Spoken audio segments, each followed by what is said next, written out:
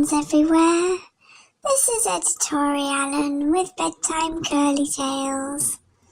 And tonight, at long last, I'm going to be reading part 3 of The Mousehole Cat by Antonia Barber and Nicola Bailey. So if you're sitting comfortably, then I'll begin again.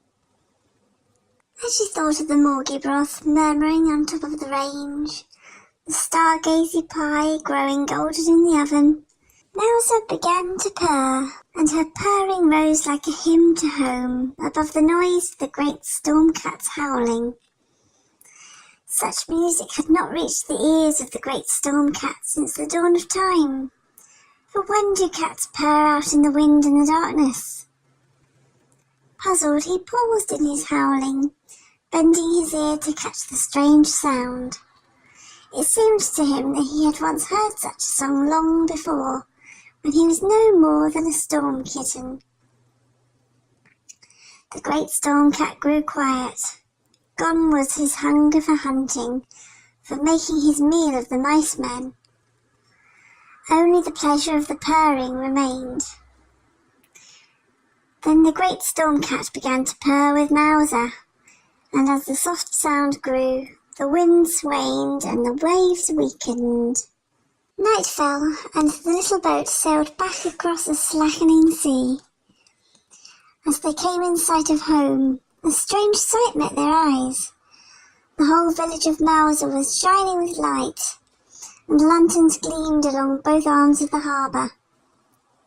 For when the people of Mousehole had woken to find old Tom's boat missing and a light left in his window, they knew that he had gone out to find fish for them, or to perish on the deep water.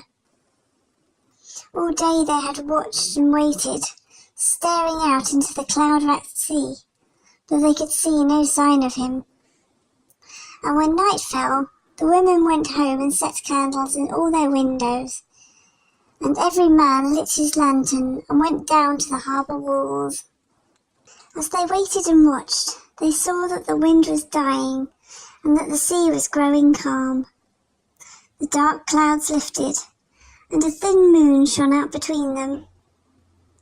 And in the light of the thin moon, they saw a small boat coming, and behind it came the smallest, tamest storm kitten of a wind.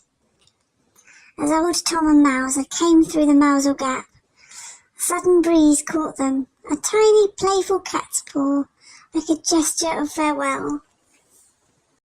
There was a great deal of cooking in Mousehole that night. The people made a whole cauldron of morgy broth.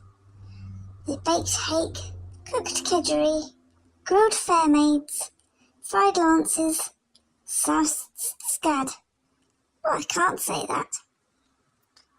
They baked 100 stargazy pies. Then, people and cats, they feasted together, until the hunger was no more than a memory. And every year since that day, at the inn on the quayside, the people of Mousehole hold a fish feast on the night before Christmas Eve, and raise their glasses to the memory of old Tom. And every year, in the yard at the back of the inn, the cats of Mousehole gather, and raise a great howling to the memory of old Mouser. And every year, folk come from all over Cornwall at Christmas time to see Mousehole lit up with 1,000 lights, shining their message of hope and a safe haven to all those who pass in peril of the sea. The end.